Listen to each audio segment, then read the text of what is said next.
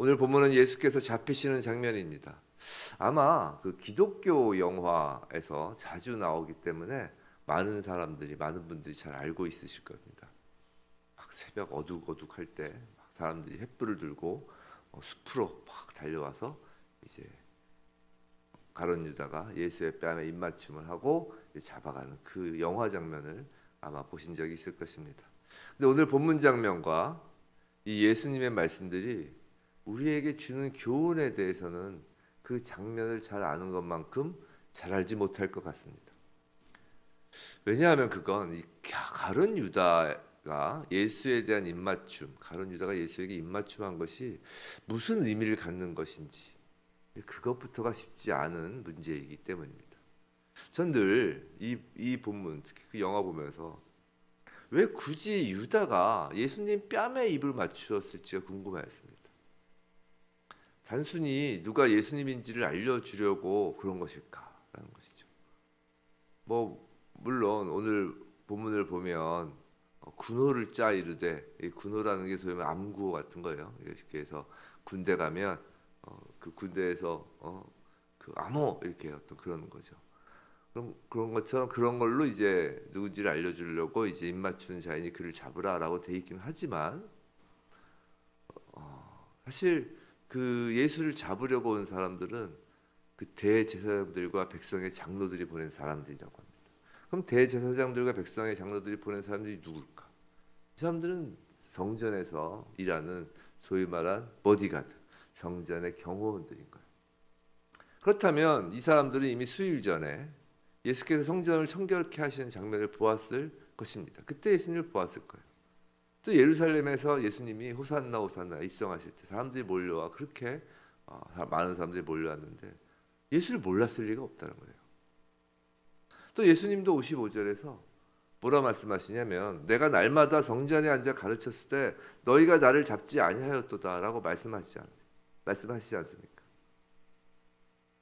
즉 이미 너희들은 나를 알고 있지 않았느냐? 뭘 그렇게 몽둥이와 그렇게 칼을 들고 이렇게 나를 잡으러 오느냐라고까지 말씀을 하신 거예요.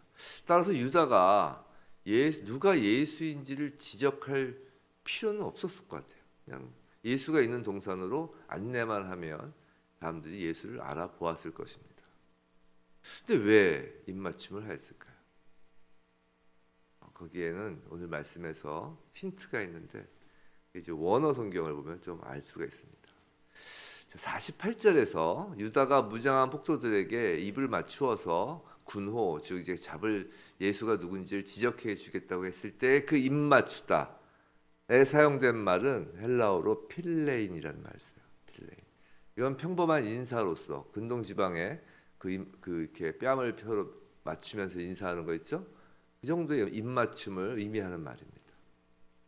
49절에서 실제로 유다가 예수에게 입맞췄을 때 사용한 단어는 그 앞에서의 입맞추다라는 단어와는 다른 단어를 써요.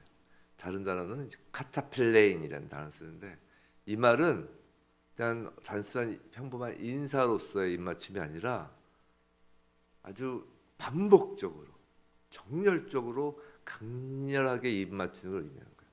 그 유다가 예수님의 얼굴을 잡고 팍 이렇게 하는 거예요.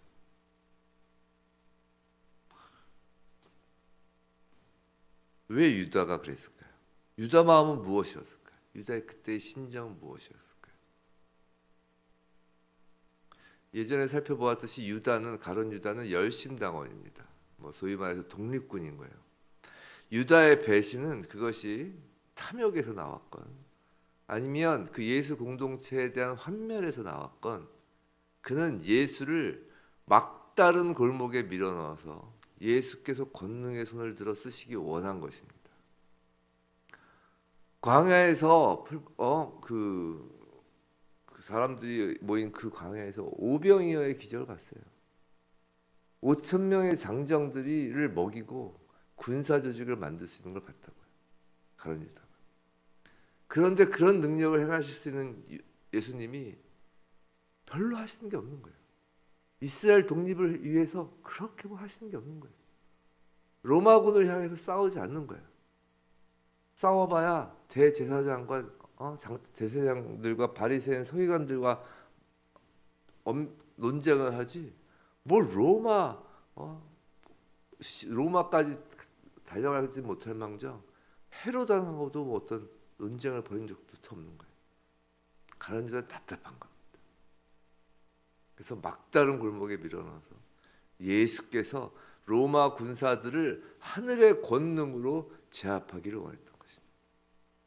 그의 입맞춤은 유다 자신의 계획의 성취를 위한 아주 격렬한 입맞춤입니다. 예수께서 이 사람들을 물리치고 드디어 행동하실 것이다 이젠 라는 그 기대로 희망에 찬 자기 자신에 대한 자부심이 담긴 입맞춤인 거예요.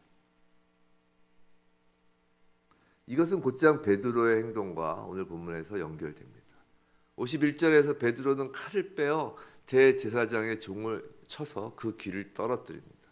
이에 예수께서 52절에서 칼을 도로 칼집에 꽂으라고 하시며 칼을 가지는 자는 다 칼로 망하느니라 하고 말씀하셨어요. 폭력은 다른 폭력을 낳는 것입니다. 칼을 뽑는 사람은 이 칼에 대항하려고 또 다른 칼을 뽑아든 사람을 만날 것입니다.